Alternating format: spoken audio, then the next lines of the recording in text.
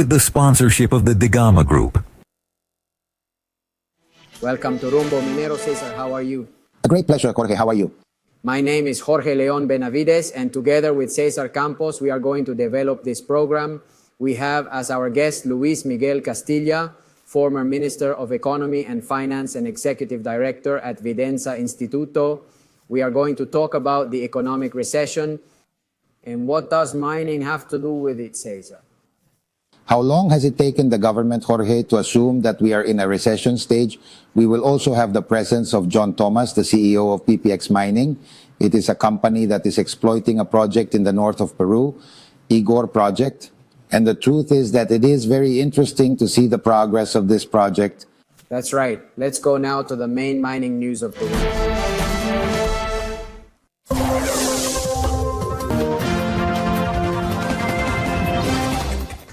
Thank you, Jorge. These are the main mining news of the week. Tier 1 Silver Inc. renewed its notarized social agreement with the local community related to its Cunibaya polymetallic project in Tacna.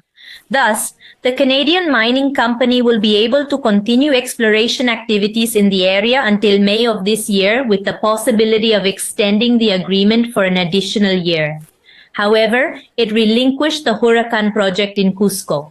The Minister of Energy and Mines, Oscar Vera Gargorevich, highlighted that the subscription of the license contracts to operate lots 1, 6, and 7 between the companies Perupetro S.A., Petro Peru, and Olympic Peru Inc. guarantees the extractive operations in the Peruvian Northwest and the oil production in the province of Talara, Piura. Representatives of the peasant community of Huancuire and the mining company MMG Las Bambas reached important agreements at the end of the meeting, called by the Minister of Energy and Mines through the General Office of Social Management. There, a formal proposal was defined by the mining company to constitute a trust that will address the main needs of the community. Many thanks to Gabriela Chicoma for the main mining news of the week. Well, we now meet Luis Miguel Castilla, former Minister of Economy and Finance and Executive Director of Videnza Instituto. How are you? Welcome back. Tell us a little bit, Miguel, about the Middle East war between Israel and Hamas. How is it going to affect us? You as an economist, obviously here we are in a recession. We already have our own problems as always. But what we want to know is a little bit how the conflict can move, for example, the price of minerals. How does it impact on mining in general? Look, Jorge, the Peruvian economy mainly depends on external factors. I think that sometimes we forget that 60% of the variability of the product responds to changes in the terms of trade, growth, commercial events, interest rates, and the price of oil. And it is precisely this last variable that can potentially be affected by a conflict in the Middle East. Some calculations show that there is already a premium of an additional $7 per barrel of Brent crude that is attributed to the conflict that is going on. What is happening is that there is no increased volatility because supply is effectively being increased to avoid the impact of an increase in the price of crude oil.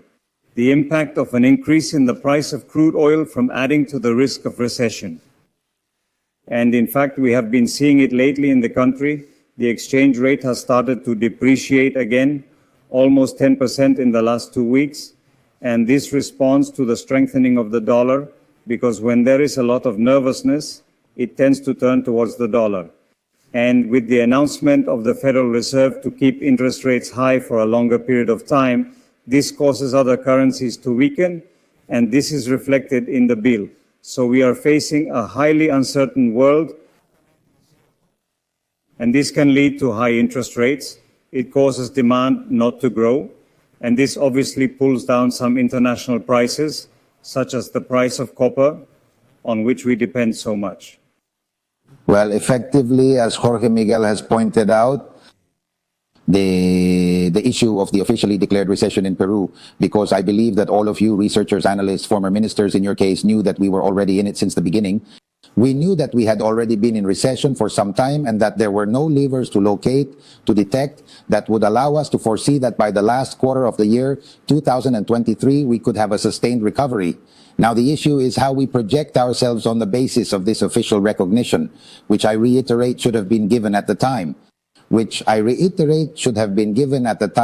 the year 2024, when we have the threat of the El Nino phenomenon, this international drama we are going through in the conflict generated by the terrorist group Hamas against Israel. And obviously there is still the Ukraine-Russia conflict, which also has an impact. And finally, obviously the Chinese offensive within this general picture, which is, of course, trying to make some profit. This is a chronicle of a recession foretold, as has been said, and this was already foreseen. And in fact, at the beginning of the year, 12 months ago, it was expected to close this year with a growth rate of around 3%, and we are going to end the year with zero or negative growth. And this is due to a series of factors. The social upheaval that affected the mining sector. Certainly, it is due to weather factors. And the most complicated thing is a collapse of private investment and public investment. So when we foresee a rebound next year, given that the child would clear up in the second half of the year, and we would start to see a reduction in interest rates as inflation is easing, the question is whether there will be a significant rebound or a minimal statistical recovery. And this will basically depend on the recovery of private investment, which has been at a standstill lately, and that the bets of the private sector will be very low. I consider that the government's bet is absolutely wrong, because persevering in the same recipe that has not had any effect so far, saying that a supplementary credit, which is an injection of public resources, is going to stimulate an economy where 80% of the expenditures are for public funds. That the 80% of private expenditure, one, and two, that to date have injected many resources. And in spite of this, public investment falls, public expenditure, public consumption falls, has not yielded results, is to want to run into the same stone twice. One single thing with Punche, but it seems to you that it has not been better than the reactive programs, for example, United. The reactive was different, because reactive was a liquidity line of the central bank backed by the public government that went into the oats as working capital for many companies that were on the verge of bankruptcy because they could not generate income at the time of the confinement. These are very different instruments. The other is the injection of public money into public works or small subsidies and transfers that really do not move the needle. The problem here, and we have discussed it several times, is a lack of direction with respect to the medium term, the lack of conviction and political will to promote infrastructure and mining projects, and it has become very cumbersome to do business in the country at all levels, from the municipalities, where it is complicated for them to issue operating licenses, to violations of legal security. So in this environment, the expectations that had begun to improve according to the central bank have fallen again in the last few years.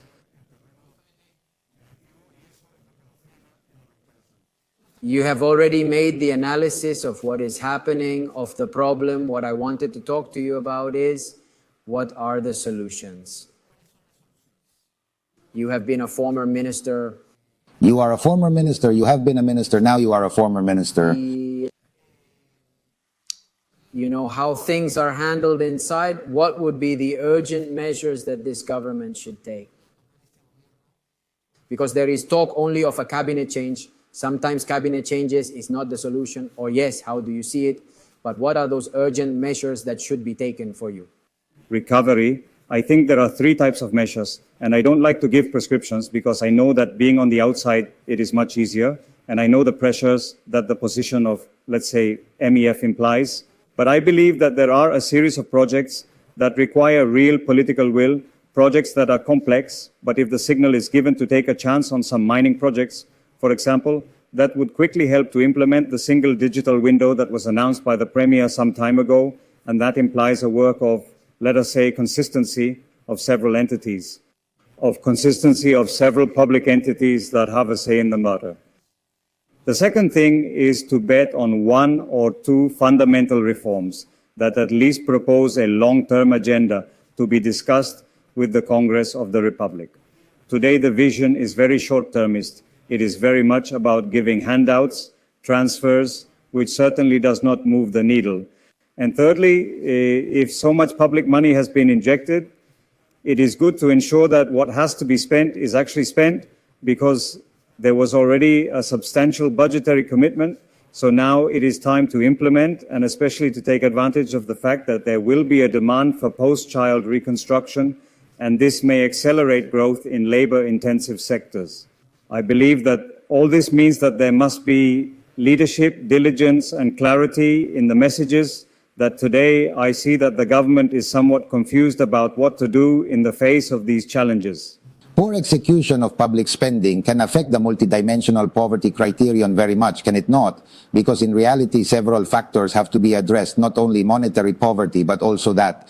And it can be a breeding ground for greater social upheavals. Certainly, Cesar, and the projection is that we are going to have an increase in poverty, easily 1 million additional poor people by the end of the year. Easily 1 million additional poor for the year, let's say this year, which would move poverty to around 30-31% of the population, similar to the time of the pandemic. And as you rightly point out, the access to social gaps is still very persistent. So this implies the appropriate use of the canon, public resources, improving technical experiments, and the execution capacity of local governments in particular, which has seen a collapse in its execution in this first year of management. Let's hope that it will enter the second year with greater speed, because otherwise the population will rightly be upset because they will not receive anything in return.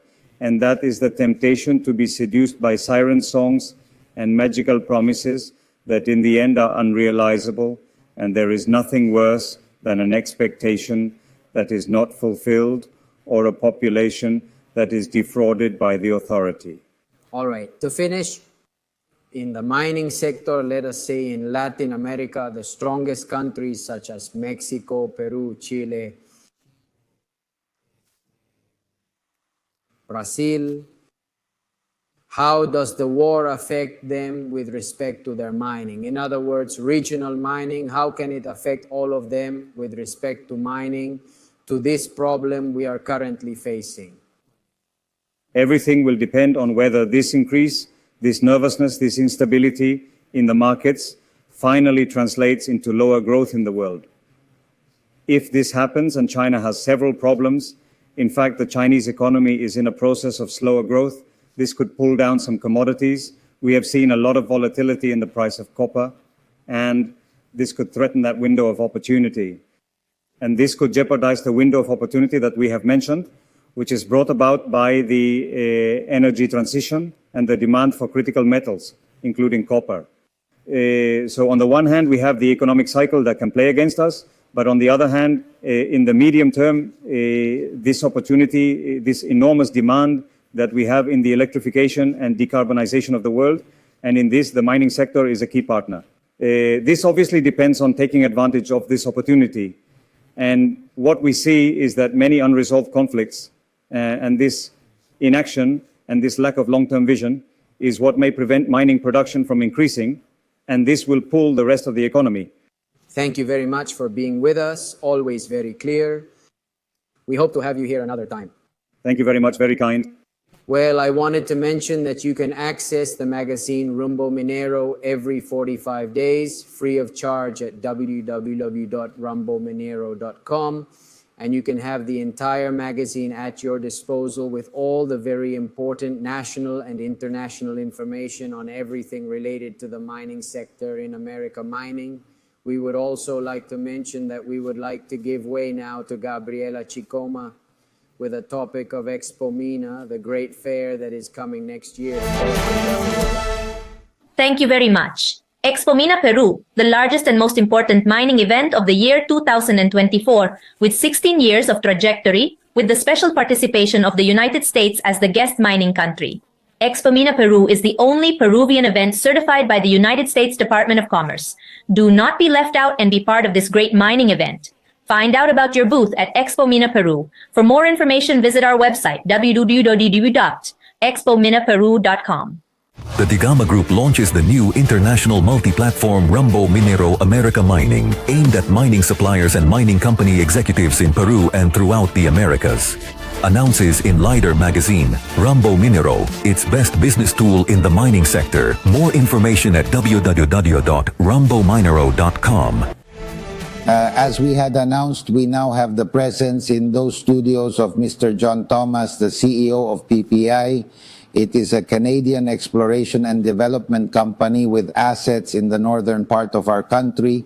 Igor, the gold and silver project owned by the company, is located right in the prolific gold belt of northern Peru in the department of La Libertad. We extend a warm welcome to Mr. Thomas. How do you do? And the first question, of course, is for you to tell us the current status of the project. And what is the schedule for the next few months? Yes, the mine was operating for 5 years, but the idea was to build a plant. We did not get financing at that time to build it. So we sent the ore to Piura for treatment, which is obviously very expensive in terms of transportation costs and also the cost of treatment itself.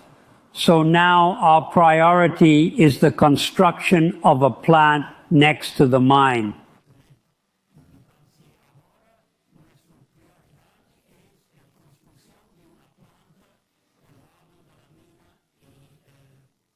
Igor.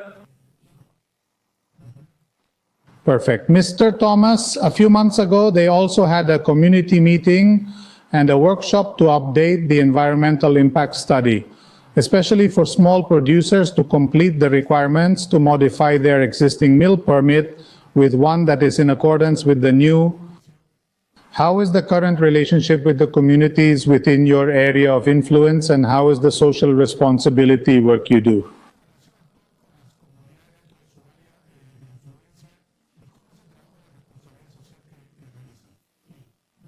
I think our relations are very good with both communities. One is Cayanquitas and the other is Igor. They are two little towns like that. We built, for example, a health bridge in the Cayanquitas community and a community center in Igor. We also helped improve the irrigation canals. So I think our relationship is good. Even in that meeting you mentioned, as well as the community.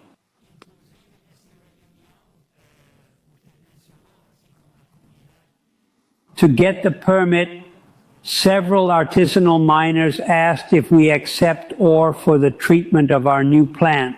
And the answer is yes. The design of the plant is exactly to allow ore treatment, in addition to our own.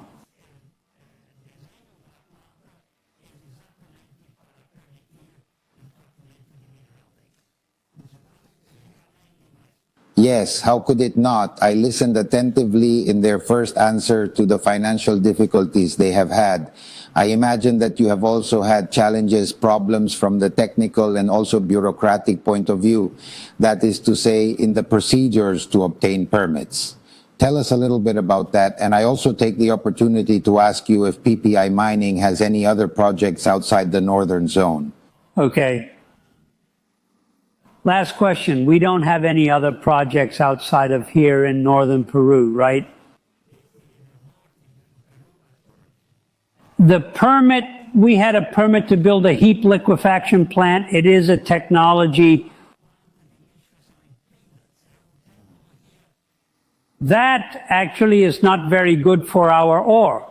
But 5 years ago, it was a cheap alternative that we thought we could finance. But that was not the case. So now we are changing our permit for a different plant with grinding and liquefaction in agitated tanks.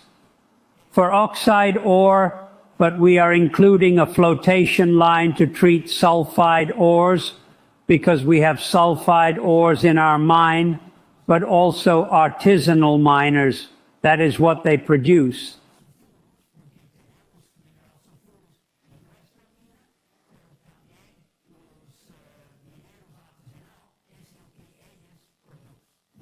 Two questions, Mr. Thomas. The first one is, How much are you investing, or how much are you going to invest in this liquidation plant for the next months? And also, an important issue that is affecting the Libertad region is the issue of illegal mining, right? Mining companies such as Poderosa, Consorcio Minero Horizonte, Marsa, have had many problems or are having many problems dealing with illegal mining within their areas of operations. Have you also had some kind of problems with illegal miners? What is this relationship like? We had a problem some years ago, but not now. We are trying to regularize. We are working together with a small group that is mining in our concession with the idea of regularizing them to give the possibility to buy the ore from them and treat it in our new plant.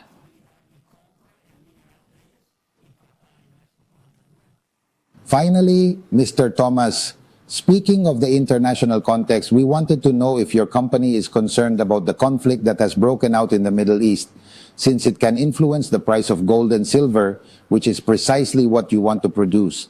It always worries in any country, doesn't it? Nobody wants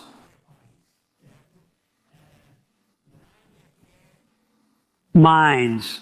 Thank God our mine is a subway mine, so there are not so many problems for the mine to be opened, because it is very difficult nowadays to get environmental permits in almost any country. But we are getting that permit for the small plant. It's a plant of more than 350 tons a day. So we're at a small mining level. So the permitting process and all that is more straightforward.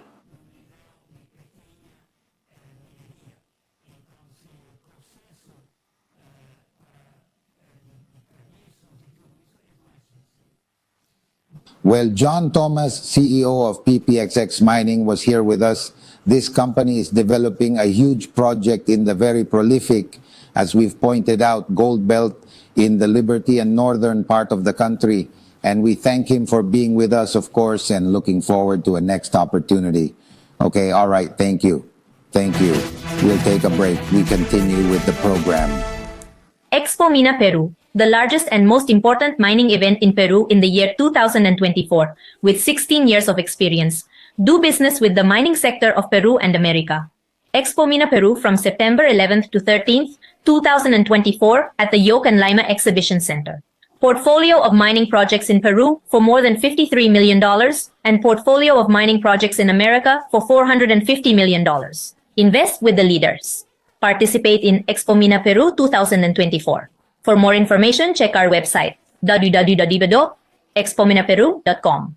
With 16 years of successful trajectory, Expo Mina Peru, the largest and most important mining event of the 2024, will open its doors from September 11th to 13th. Expo Mina Peru will bring together the main mining suppliers in a 47,000 square meter venue with more than 1,200 stands. Reserve your stand and participate in the most important mining fair of the year 2024. Expo Mina Peru, do not hesitate, invest well, invest with the leaders. We are waiting for you from September 11th to 13th, 2024 at the Yoki Exhibition Center. More information at www.expominaperu.com. Well, coming to the final part of the program, Cesar, I think that what Luis Miguel Castilla says is, on the one hand, a warning, because he is a person who knows a lot about economics. He has already demonstrated it. He warns about what is happening, the recession and the various issues, which Peru also says is a country that depends a lot on the exterior, and that these recession issues and the issues of international rates, interest rates, could also affect the Peruvian economy quite a lot. He also talks about solutions. I do not know if the government should take note of these immediate solutions. The government's failure to do anything also plunges us into a worse recession. Then we should get to work on the mining side, which is what concerns us. Gentlemen of the government, now about Tia Maria, please, even economists are saying it. It is the first step to be able to move forward and recover. Tia Maria should already be coming out among other projects. plus the exploration issue, there are 7 new projects that had been registered which have already been removed from the map of exploration proposals. We have many problems in that sense, and above all, the short-termism that Luis Miguel Castilla sees in some of the measures taken by the government. Well, to talk to John Thomas in this interview that we conducted with Miguel Zavala, Jorge, it was very interesting because he also addresses an issue of concern for many investors. As Marcuba rightly says, we should no longer speak of tramitologia, but of tramitomania. Tramitologia, its fixed logo, would mean dealing with paperwork. It is very badly used tramitomania. And it is true that this has also affected this very important project like Sigur, and yet Mr. Thomas tells us that they will go ahead because they are really going to exploit very important resources in the north of the country. All right. I think it is very important that we understand that mining, as Luis Miguel Castilla said, mining can change the recession issue quickly. A project like Tia Maria can change it. You touched on the issue of red tape. I asked the government about the one-stop shop, Mr. Otaro, Peru. the Here you go, one-stop girl. shop that was said to be done quickly.